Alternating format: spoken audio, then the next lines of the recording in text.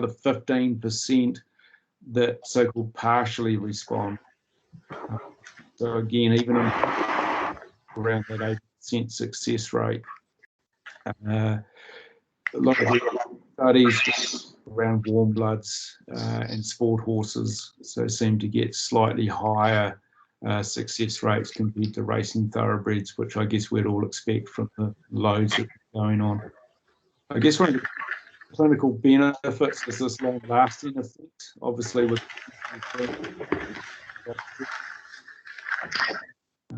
again, sorry, just getting some background noise there. Is anyone else hearing that? Just check your video stuff there. Mute your microphone, that's okay. So then this long-lasting effect, and it's safe, it's proven safe now. There's multiple studies. It's been analysed by regulatory bodies. It's used extensively in humans.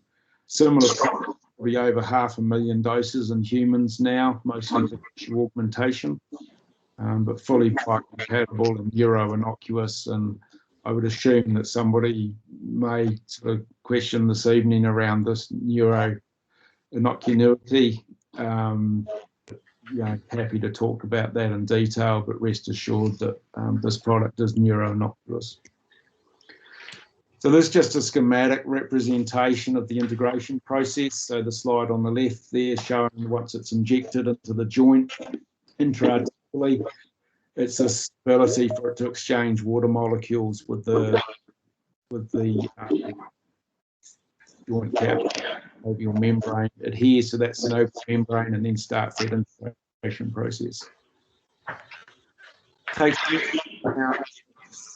We know from 2 to 4 weeks, out to 6 weeks to undergo full tissue augmentation.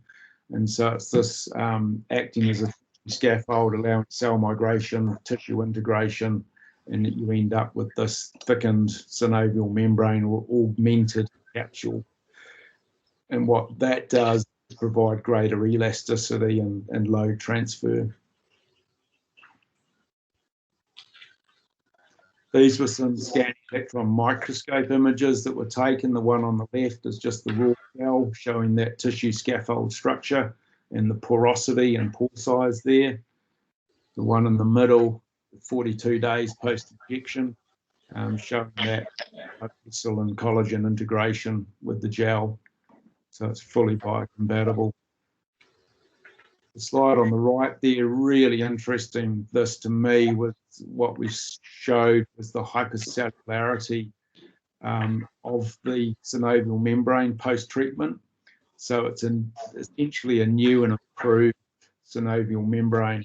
Now, unfortunately, we haven't sort of quantified what benefits that could have to the synovial joint fluid, but obviously we would theorise that it probably improves it. We did look at cytokine analysis, but we just didn't find anything convincing because we just didn't have elevated levels pre-treatment, and that's due to even the daily diurnal variation in cytokine levels inside even a diseased joint.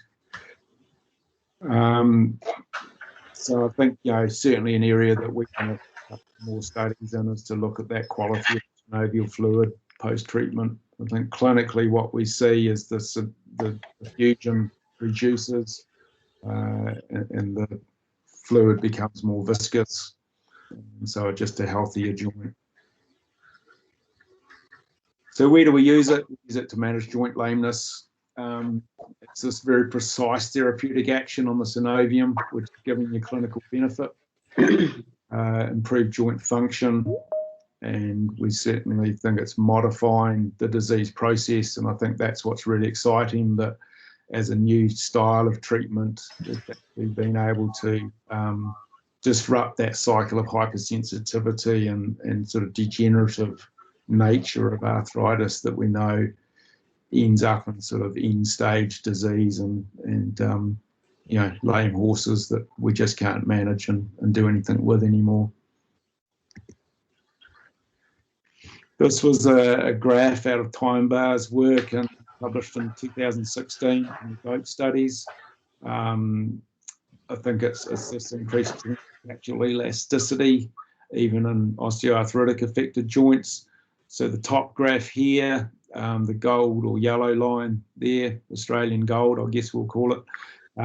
That's the tensile strength to breaking of a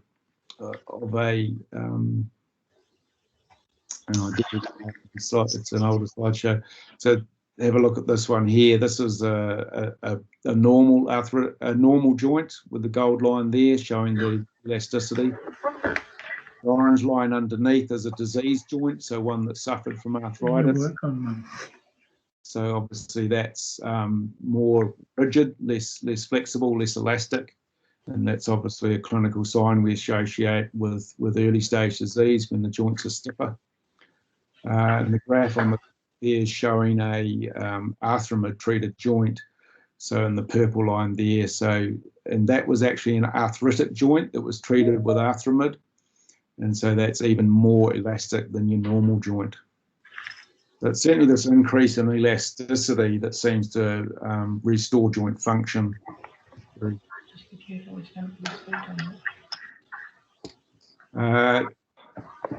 Background there on the studies through from the early days, sort of 2012, the work started on the product. Work that myself and Leigh Clifford did. So I'm still getting background stuff there.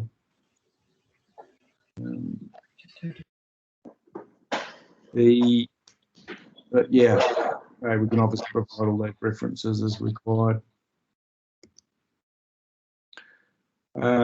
This is the study that's pending publication.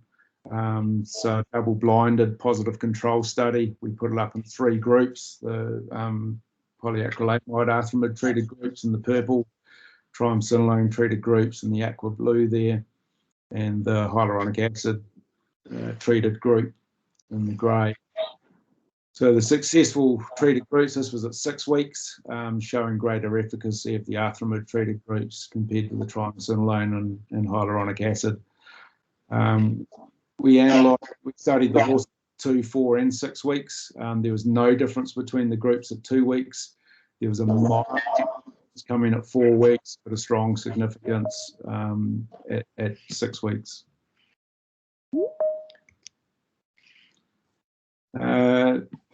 So I guess we'll go into a little bit of the case management there, which Emma and Leigh will talk a little bit more to. But following treatment, we definitely recommend the horses are rested for 48 hours. This is pretty standard practice, I guess, with any intra-articular treatment, and it's probably more important with Arthramid because it's quite a viscous product. We know that we get a mononuclear cell infiltration post-injection as the body starts to essentially react with the gel and start that integration process. And so, yeah, you definitely want to give that joint a chance to settle down. The key too is no point in injecting these horses and trying to crack on with them. You do want to give 2 to 4 weeks for the product to integrate and work. And I guess Emma and Leigh will talk a little bit more than that, but my impression is you can sort of get a better clinical result if you can actually rest these horses or just put them on the easy list, walking, swimming, light canter work, and not pushing them into full galloping work.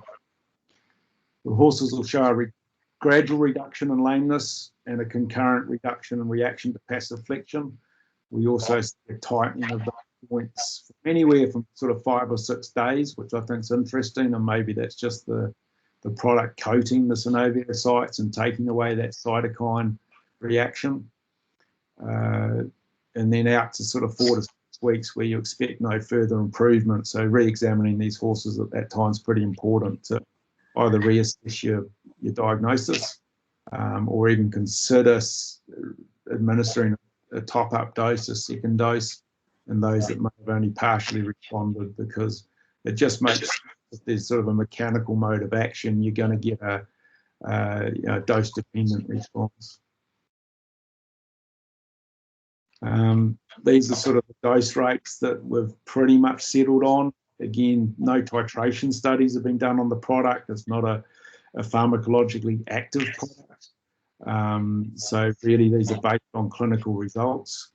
And there's a effective study coming out of the UK, which is again pending publication, which shows down to only 1 mil was effective in a large number of horses and the likes of a carpal joint or a fetlock joint.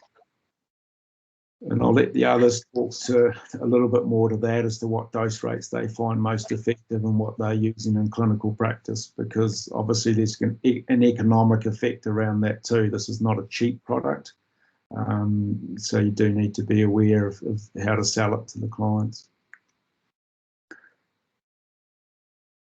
And that's all I've got. So I'll just turn that off and come back there. Is there anybody who's got any questions at this stage, or happy that we move on to Emma's presentation?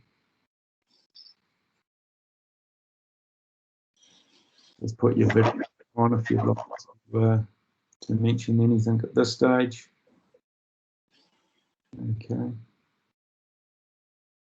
Okay, Emma, are you want to start? Sure. Hi, everybody. I'm Emma Wood, Advantage Equine in Flemington. I just want to present a few cases. I've been using this product since 2016, and I've used quite a lot of it in different structures. So I'll start off with my first one. Oh, I need to open my sorry, just remembering how to do this. Okay, so first one is digital flexor tendon sheath. You just want to screen. Sorry? We're not seeing the presentation there, so just open your share tray and share that. Okay, hang on.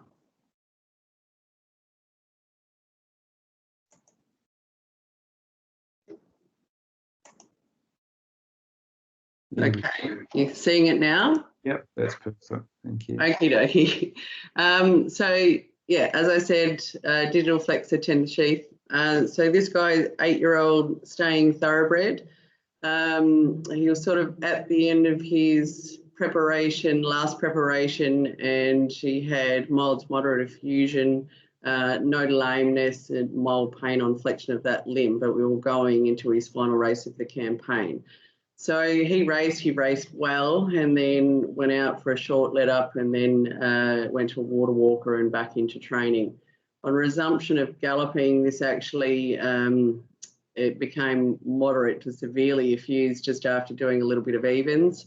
Still no lameness, but definitely response to distal limb flexion. So he under saddle, the riders were noticing that he had a shifting gait at the canter and gallop. He was reluctant to lead with that forelimb and kept swapping and changing legs. The effusion definitely increased, like at the level of the fetlock and the pastern after fast work, and he was in very early race training. So I x-rayed the fetlock, no significant findings, and ultrasounded the digital flexor tendon sheath. I couldn't find anything other than a tenosynovitis, although, I couldn't rule out a longitudinal tear. So we gave the owners and the trainer the options of going for an MRI or contrast study or tenoscopy, but due to the horse's age and where they wanted him to be at a certain time, we opted to go with Arthramid. I put 2 mil into the tendon sheath. Fluid was still a healthy colour, but it was copious and definitely with decreased viscosity. We were pretty time limited due to his racing program, so he only got to have 3 days in the pool.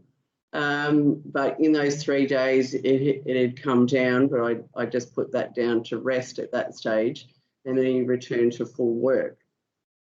After 18 days, the tendon sheath returned to within normal limits.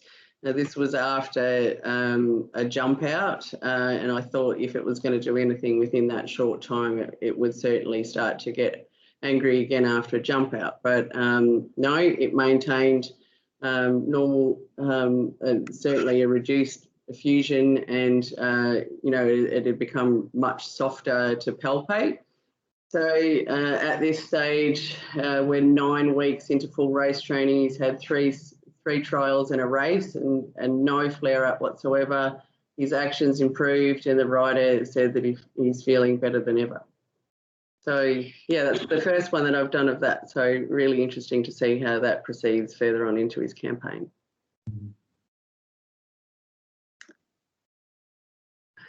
Okay, on to case 2.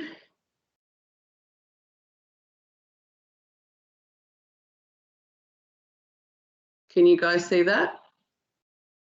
Not yet. It's not coming up yet. I'm sure it will. Might have to. Yeah. It's certainly interesting that tenosynovitis, obviously not an indication that's been studied, but certainly an interesting case there.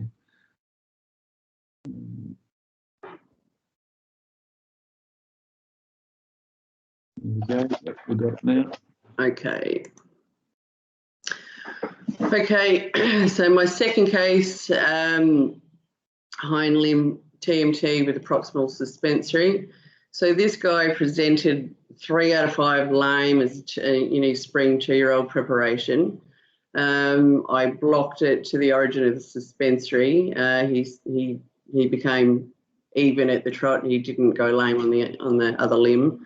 Radiology, he has sclerosis of the proximal MC3 and just mild lysis. On ultrasound, the cross-sectional area was definitely increased in comparison to the other limb. That colt went out and had a fasciotomy procedure and was then spelled for 3 months. He resumed racing. Came back into work and had a couple of races, and going into his 3rd one, he became 1 out of 5 lame. I treated the tarsal joint with triamcinolone. He improved, but he definitely wanted to lug in under pressure. He won that race. We returned him to the paddock for 4 weeks. On resumption of training, he was 2 out of 5 lame again. I did nerve blocks, and it blocked to the TMT joint. Radiology again, he still had this sclerosis of the proximal palmar plantar MC3 and just mild changes to that TMT joint. We sort of had a very set plan in his racing prep, and we did offer a scintigraphy or an MRI, but they just wanted to push on. I put Arthramid in the tarsal-metatarsal joint, just 1 mil in this joint using a 19-gauge needle on the Lowe syringe that the product is presented in. He had 2 days in the pool and then just resumed just canter work at this stage. After 14 days, there was a really good improvement, and he was sound at 21 days when he started to commence fast work. He maintained soundness through that preparation. He had 2 trials and 3 races. He had 2 wins, and one of those was a Group 1. So that was a nice, successful outcome. Yeah, it's great.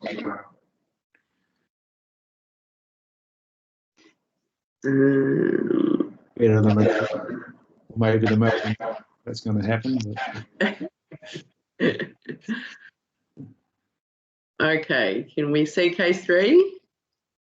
Not yet. Back to the grey screen. Okay, I think I have to. Sorry, everybody, technical issues. The team's name.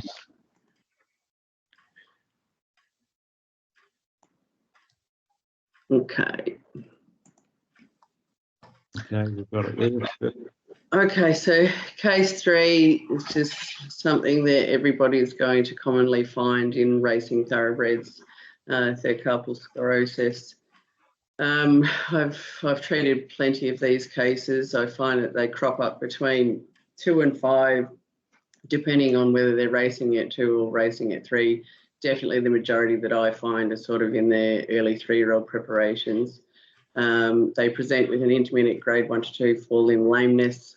I find that they pull up from a gallop and they're lame, and then if you back off and put them in the pool for a few days, they come really good again. No obvious effusion, no obvious anything else in the distal limb. Then as soon as they have a gallop again, they go lame again. So nerve blocks, they block to the mid-carpal joint after 3 minutes, and they quite often swap to lameness in the other limb. On radiology, mild to moderate third carpal sclerosis. Occasionally, if they're presenting worse than what you're finding on X-ray, I'll always try and push for a CT, see if anything more sinister is going on.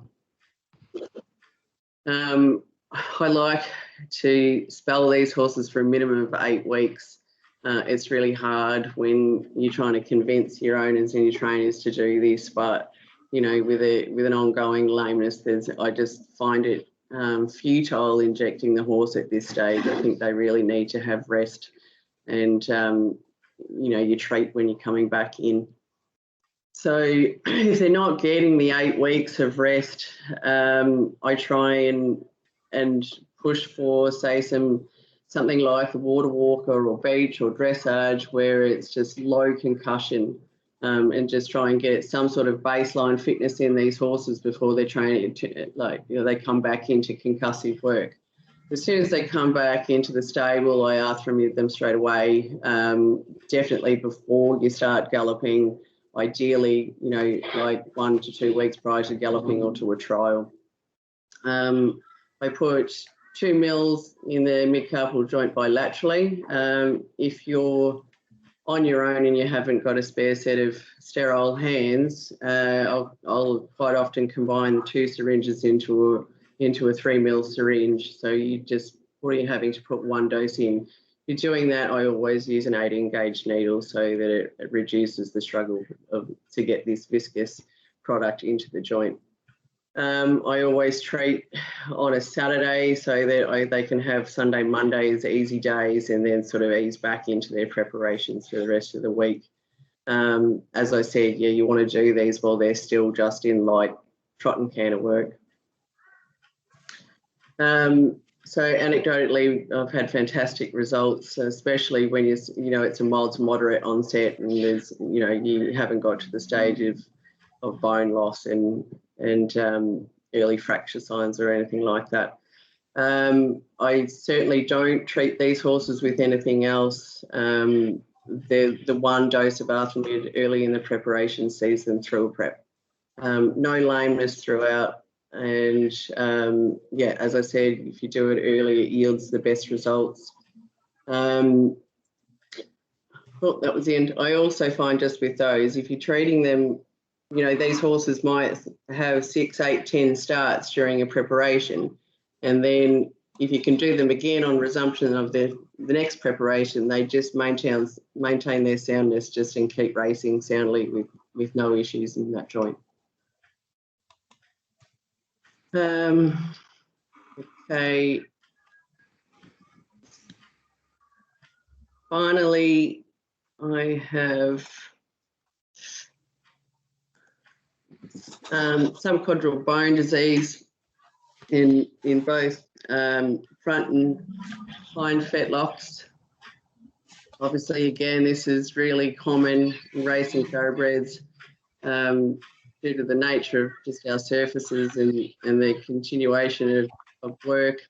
I find that they may start to pop up in their 3-year-old preparations, but the majority I find that really start to feel them as sort of when they're 5 and their training preps intensify and their paddock time is shortened and they're under a little bit more pressure to produce. So I think commonly what I find is that these guys come off the back of a really successful campaign, and they might have had a long campaign, but they've raced really well. and then they only get a short break, and then they come back in and they've just got this horrible shuffly gait. They're shortened, they're aggressive in their work. I quite often find that they'll have internal EIPH, and I gather that that's pain related. They disunite at the canter. You don't always get a fusion. You don't always get a reaction to flexion of these joints. If they're hind fetlocks, I find that they'll plait behind. You're getting speedy cuts around the fetlock and pastern area. Obviously, if it's a unilateral lameness, then you just do your traditional process. But if they're just these, shuffly gaited horses, what I like to do is block the condyles and send the rider out just to trot and canter the horse. Like if they have regular riders, these guys know them best. So, they can come back in and tell you whether you're right or wrong. On radiology, you find flattened condyles, subchondral sclerosis, all types of DJG. If you've got severe ones, then you're going to find pod lesions, which are obviously going to be less successful if you're treating at this end stage.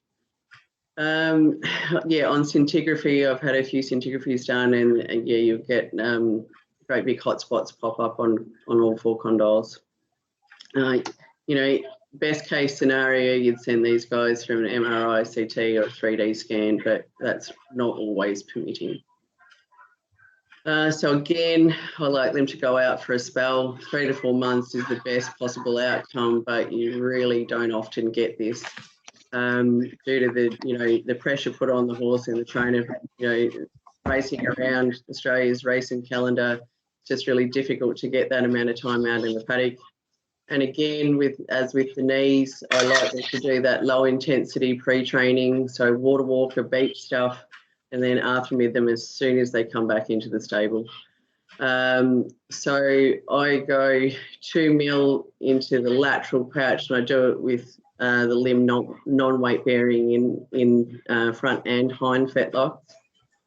These guys, if you can put them in the pool for a little bit longer, sometimes you'll occasionally get a flare. It's sort of for 3 to 4 days, but if you just box bandage ice and anti-inflammatories, they settle down within a week. I find same as the knee horses, if you don't gallop them for 14 to 21 days, you're going to get great results. At 21 days, that fetlock flexes really, really well. No pain, it's nice and tight, and the horses generally feel fantastic. So again, excellent results. They return to their previous performance. I don't use any other joint medications after this, just the Arthramid at the start of the preparation, and then again into the next preparation after they've had paddock time. And just incidentally, like these guys, I find that, post-gallop scopes, definitely a decrease in EIPH, or they stop altogether. So just, take-home message from me really is the earlier you get to that joint, the better. Just you're doing it when it's healthy, not when it's angry. Do routine trot-ups, just find them early. Always sedate them when you're using it. I find it can be difficult to inject, especially when the joint is tight. I find that 1/2 ml of dormicedin is enough. Especially you don't want to give them too much if you're doing something like a hind fetlock, because you want them to be able to stand and not lay all over you. I always give a shot of bute, and I always give a minimum of 2 rest days. Okay, that's all from me. That's brilliant. Thanks, Emma. That's great. I'll get Leigh to jump on and start setting up your presentation there, Leigh. I've seen a message come in from Michael asking around collateral ligament tears, and I'm pretty sure Leigh will talk to that in the next slideshow, Michael, so we'll probably answer that then. Are there any other questions at this stage, just while Leigh's getting organised?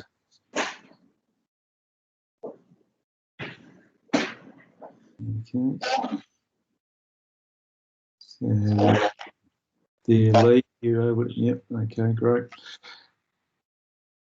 Okay, yep, we can see that. Okay.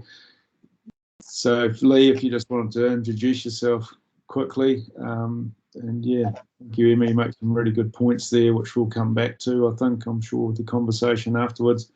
And probably, Leigh, probably, yeah, sort of 10 minutes would be plenty. Just whip through these would be great. And we can get to some questions. Cool. Right. Yep, we've got Okay. Yep, and see you, Joe. So that's over to you. Okay, thank you. So yes, I work over in New Zealand, and I thought I would present some sport horse cases, primarily because all our good thoroughbreds go over to Australia, so we don't get a chance to use this very much in the thoroughbreds. And so first of all, I've got a 7-year-old warm blood stallion that was imported from Europe. It's used for show jumping with the view to go as far as it can, and sell the semen. So it was presented for poor performance in predominantly lack of propulsion from behind. Its ears were back. It was reluctant to jump. It had just gone sour. And when we looked at the horse, it was clear that it was lame behind, but it wasn't asymmetric, certainly enough to start throwing a whole bunch of blocks in, and even to the point where the old lameness locator was struggling to tell us what to do. So the owner said, go for a bone scan, which we did. And as you can see there, the TMT joints are pretty angry, in particular that right hock. And we were at the stage of the season when they were collecting this stallion regularly enough. And, again, we weighed up the options, and, the owners were reluctant to use any form of steroids, rightly or wrongly, on a potential effect on spermatogenesis. And so we opted to, went for the Arthramid treatment, and we put 1 mil into both TMT joint, and interestingly, in this case, there was more effusion in the left hock than there was the right. And that horse then went to a water treadmill for 2 weeks, and then back into moderate work, which consisted of mainly flat work, keeping it strong and supple at the same time. And then after 2 weeks, resumed jumping. And that horse, that was around about the October mark, and it went right the way through to our big Horse of the Year event end of March without any further complication. And that was this year. And the horse has been back in work for about 2 months now without any resumption of any issues. And we're looking to go for I suppose, a somewhat prophylactic injection in the next couple of weeks. So this is another show jumper. This is a World Cup level horse that did unfortunately qualify this year to go to the World Cup, but obviously it was canned. It's a 12-year-old warm blood gelding. He was reluctant to jump. He was grunting when he was landing. I'm not sure if that's because of the pain or the size of the jockey he was carrying, who was quite round. Probably didn't help things. And you can see just the dorsal pouch of that coffin joint. You can see it's effused on this radiograph, but also you can see there's a little bit of medial lateral imbalance, and also really not much else going on. Toe might be a bit long, was well enough shod. So we just modified the medial lateral imbalance there, and we put 1 mil into this joint. So the reason why we did 1 mil is because over the last couple of years, I've been using it for about 6 now. And to be fair, the original research was looking at more refractory cases, and they were looking at 2 mils because those cases were either poorly or non-responsive to conventional therapies, which predominantly were either IRAP or just the TAAG combo, and they were using 2 mils. So I started off doing that, and then over time I found that really when you've got really minimal or next to no clinically significant radiological changes, they're good candidates for a 1 mil into a majority of the joints in these sport horses, and the results are quite good. So this fella presented early January, and that's when the ground over here eventually goes hard, unlike kind of earlier on back in Australia.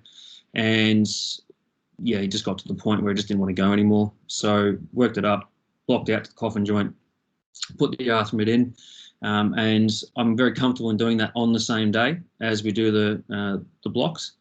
And then the owner of this horse is the bloke that owns the water treadmill that I spoke about in the previous case. So he had the ability to put this horse on it for, he tells me 2 weeks, but I don't quite believe him, because the horse was out a month after this doing a World Cup round, and that was 2 seasons ago. And again, we just did a prophylactic top up before the season just gone, the 1920 season, and was no recurrence of the issue.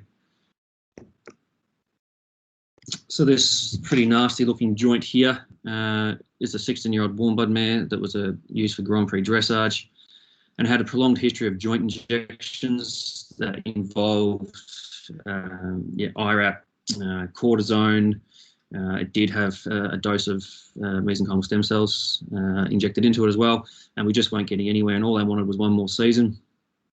It was the horse's first season at Grand Prix, so the owner was really desperate to finish the season and make it through to that big horse of the year show. So this horse was 3 out of 5 lame, knew the history of it pretty well. And we decided to inject 2 mils into this joint because, as you can see, it's pretty severe changes.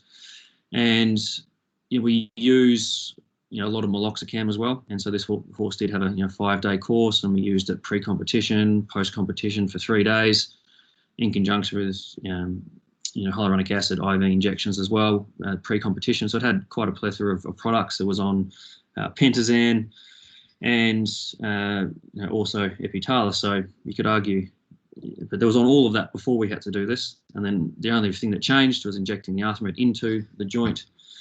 And this horse had 2 weeks off just in a small flat area at home on the grass, and then we brought it back in and built it up slowly. This horse did take 6 weeks to get there, but as you can see, the changes are pretty severe. But we got there, and we got the season finished, and the mare's now in foal, and the owner was quite happy.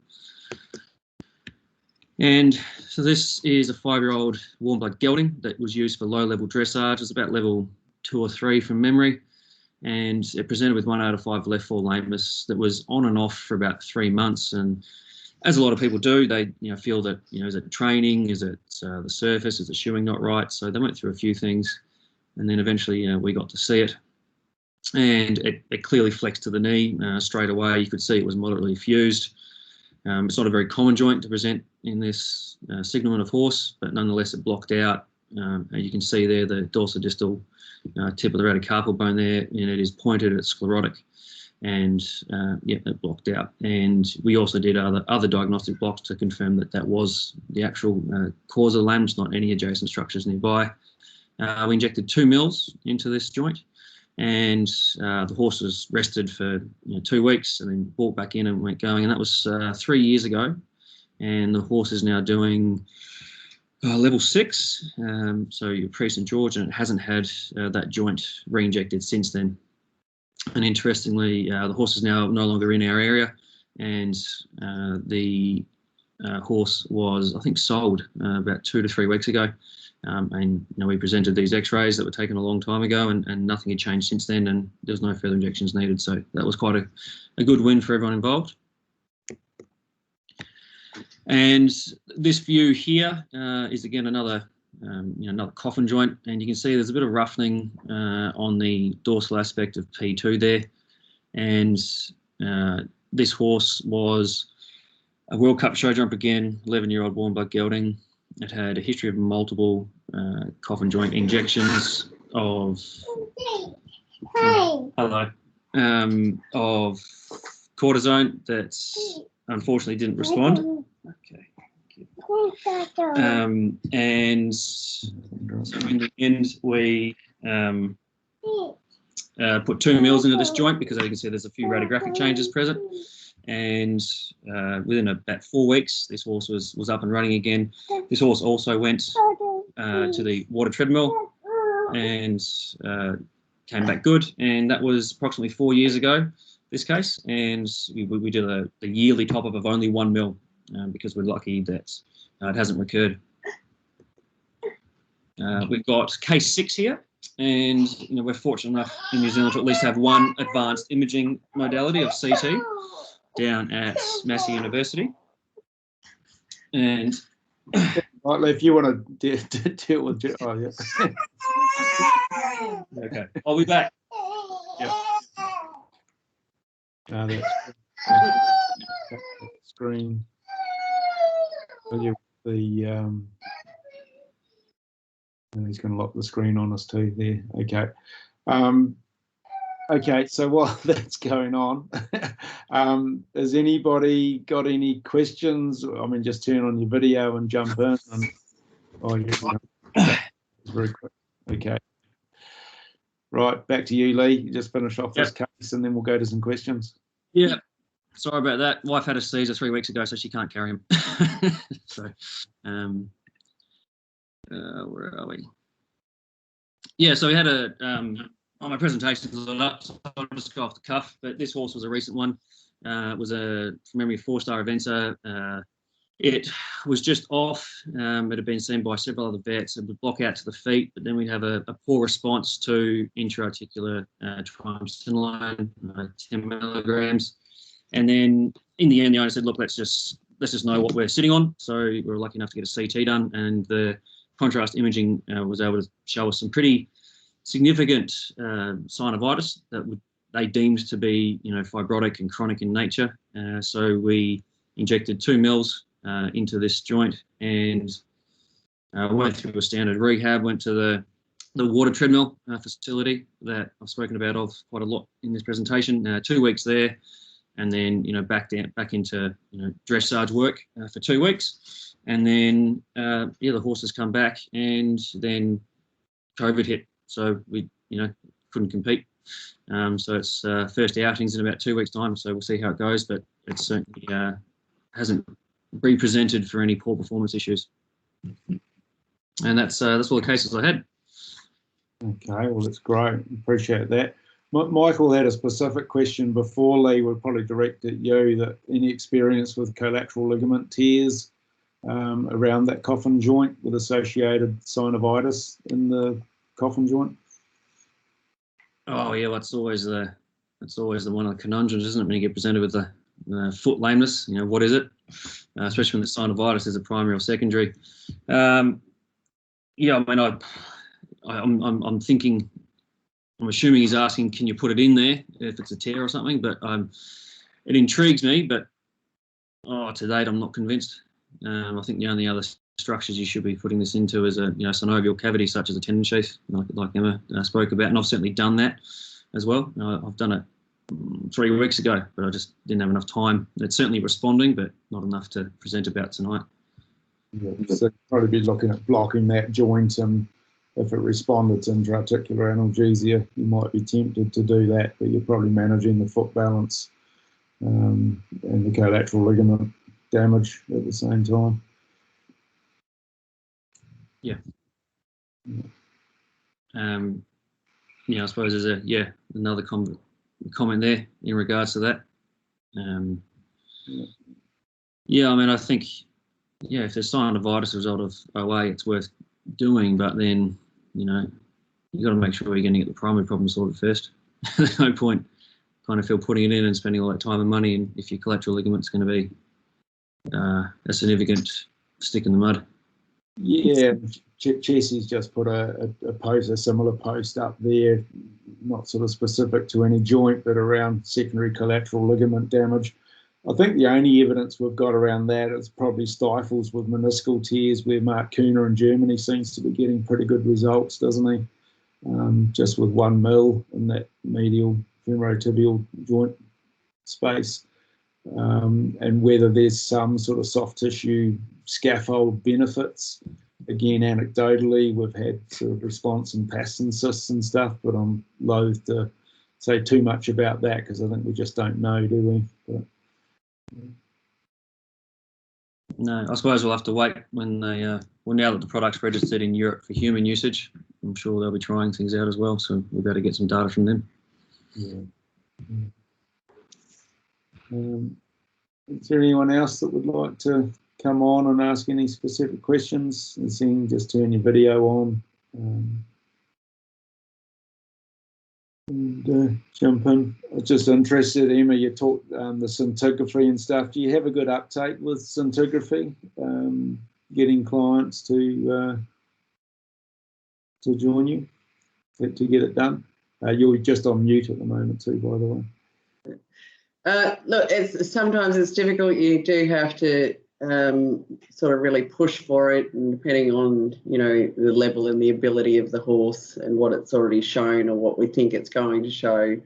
But by default it'd be a wonderful tool to have done all the time, but that's not always the case. Yeah. But I have done a few, and they do light up like Christmas trees. It's always difficulty, isn't it, in clinical practice, and I guess being at the coalface in a race yard with a trainer and a jockey and a racehorse that's got a campaign, owners, connections, etc. We're always under a lot of pressure, aren't we, to have an instant answer? Yeah. And sometimes you and I know, you know, we do our best, but sometimes you do end up treating sort of diagnosis by treatment, almost, isn't it? A lot of the time, and you're under so much pressure these days with these, you know, particularly with these better horses, and they are the ones that we're treating because we're financially viable to. But you're looking at, you know, a Melbourne Carnival, and then into, you know, potentially New Zealand, and then into Sydney, and then into Brisbane, and then back into Melbourne. Like, there's just no room for let up. So they, you know, and they want these horses racing all the time. So it does pose a real problem, and particularly it's hard to convince them if the horse isn't head bobbing lame. You know, it's and anyway, we just have to do our best. But I do find that Arthramid gives me the best results with our training program anyway. Yeah, that's interesting. I mean, sort of looking back, I guess, over the 3 or 4 years you've been using the product, and sort of going through that education process almost with the trainers, do you use it differently now than you used to? And what's that sort of timing of intervention? Very differently. And I think, you know, when I first started using it, I'd use it in angry joints, you know, like when they were sort of mid-prep or, and you would get a result. But compared to how I use it now, you're just getting far superior results when you're treating a healthy joint, or, you know, if a horse goes out with fetlock checks, you come back in, you treat it once, and I've had horses go on for 2-3 preps now just with the 1 dose of Arthramid, and just beautiful tight joints, sound winning races. So, and I sort of have it now where I'm treating early, I'm just getting far fewer. And like, if you're diagnosing it towards the end of a preparation, you have the ability to give them that break and let the joints settle down naturally. And then when you come in and introduce the Arthramid early on into the preparation, you just get, you know, fantastic lasting soundness. Yeah. Yeah, and so getting the trainer on board to understand that and be patient and use it, allow you to use it at the right time. Yeah, and that is part of the battle. But I think once they've seen the results, if you get it right the first time you're using it and you're seeing good results early, then it's much easier to then convince them to do other horses. Yeah. No, it's really interesting. And would you say that you're sort of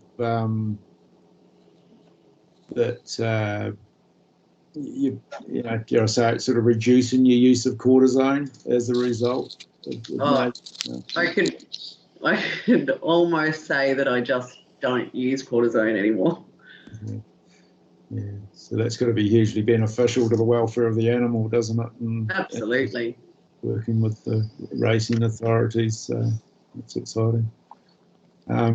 Edwina's just tested in here, and I guess directed at both Leigh and yourself, Emma, but which are the main joints you have been treating with Arthramid? So other than what I have presented, I've also done tarsacral joints and stifles. And then, but yeah, predominantly you're doing fetlocks and knees.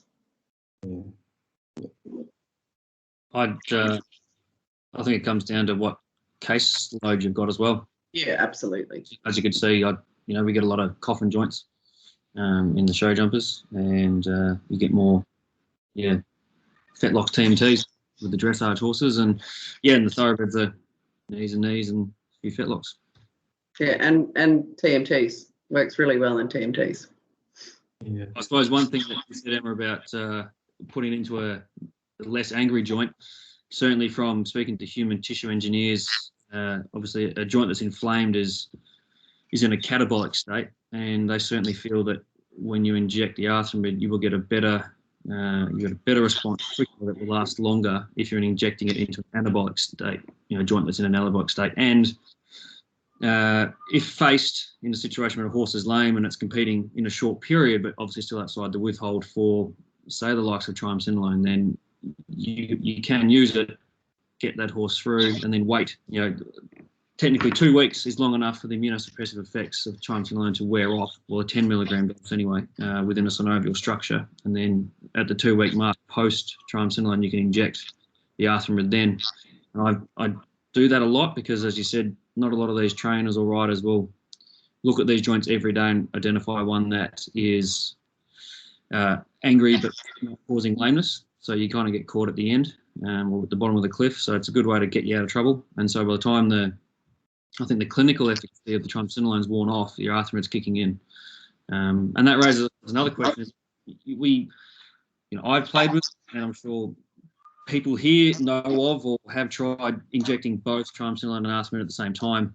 And so the one thing that, I find interesting is that, especially human tissue engineers, is that yes, you want the joint to be in an anabolic state, but if you're putting it in at the same time as a product that is immunosuppressive, and yet this product requires the immune system to be incorporated in the synovium, are you doing a disservice to it? And that's an answer that we do have some data on coming out of the UK, where they split quite a large number of animals, I think it's about over 100 or something, into each group, and they found that administering triamcinolone at the same time didn't alter the efficacy of the Arthramid at all. But in saying that, the results were the same as using triamcinolone and Arthramid. So I'm sure we'll get some more ideas out of that data set shortly. Yeah, it just seems very counterintuitive, doesn't it? And of course, I guess the big thing we'd all be concerned about was, does that alter with the withhold time on the triamcinolone, because you're augmenting the joint capsule. And I know people have asked that question before, and we just don't have the science on that yet. But it would make sense to me that you're not administering them concurrently. But that's a nice segue. Dan's sort of asked here, Leigh, and again, I think you'd be the right person to talk to. What about non-steroidals concurrently with Arthramid? Obviously systemically. Any concerns that could interfere with the integration process? Oh, I would say that a one-off shot, potentially not. But again, that's a very good question, and certainly in the last years, more significantly, reducing my usage of non-steroidals in general, because I think we can get into a habit of overdoing them, and as exactly like Dan said, there is good information. We need it to drive change, and that's what straining the skeletal system to adapt to training is all about. It's actually causing inflammation to occur to get to a stronger state. So, I think a one-off shot, in theory. Your experience, Emma, because you talked there about sort of pod lesions and subchondral bone disease. Are you using non-steroidals in those cases, or aspirin, or any other treatments? I just find these horses at sort of end stage, like particularly in the racing horses, if they've got, pod lesions that are super visible, I think their careers are towards the end, and you have to manage them as best you can. And that is going to involve anti-inflammatories, and I certainly wouldn't cortisone a horse with a pod lesion, though. Yeah. Non-steroidals shouldn't be a problem. They won't have the same chemotactic influence on cell infiltration, and certainly that mononuclear cell infiltration we see on administration of Arthramid. But I'm certainly concerned about concurrent use of triamcinolone. Again, another question here from Chessie, just to clarify, essentially able to use Arthramid in place of triamcinolone in most sport horses. We use triamcinolone, well, where we're currently using triamcinolone. Would that be fair, Leigh? You just see it as a straight replacement. You're now using Arthramid instead of triamcinolone in your sport horse population? Yeah, definitely. As long as obviously the timing logistics dictates, because I mean, again, how often do we see, a week or two before a big competition that the horse is lame? If the people can forego that competition, then yeah, I would definitely use the Arthramid first. And then if not, then we go through that scenario I went before, where you do just have to get the horse going for the owner if they put the pressure on. And then after the 2 weeks, when using a 10 milligram triamcinolone dose, then you can follow up with the Arthramid dose. And then, yeah, it should be right from there.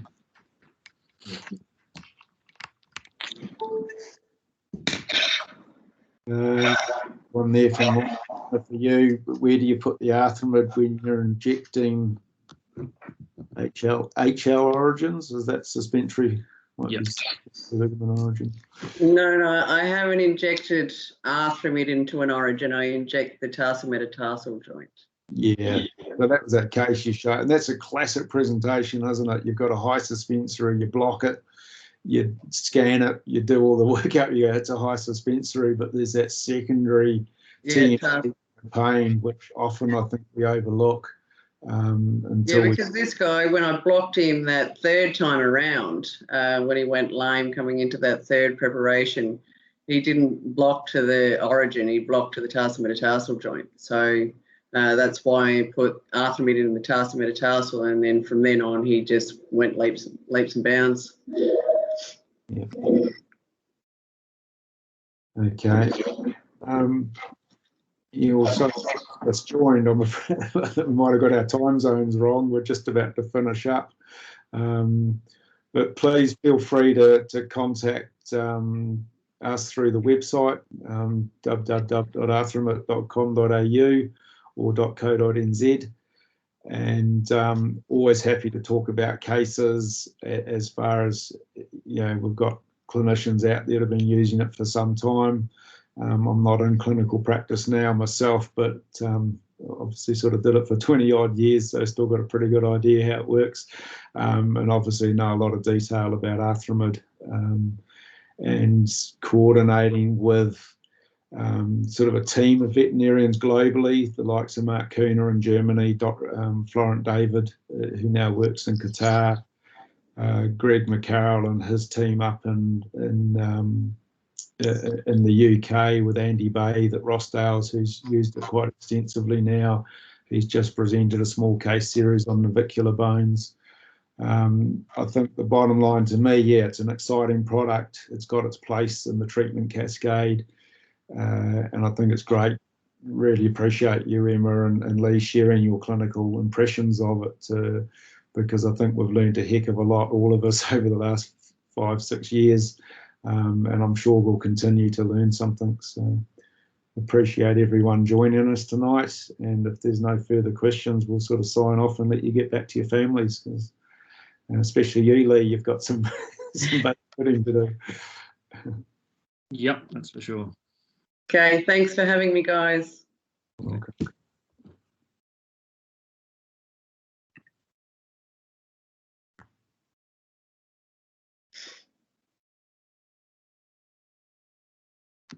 I'm still here if anybody wants to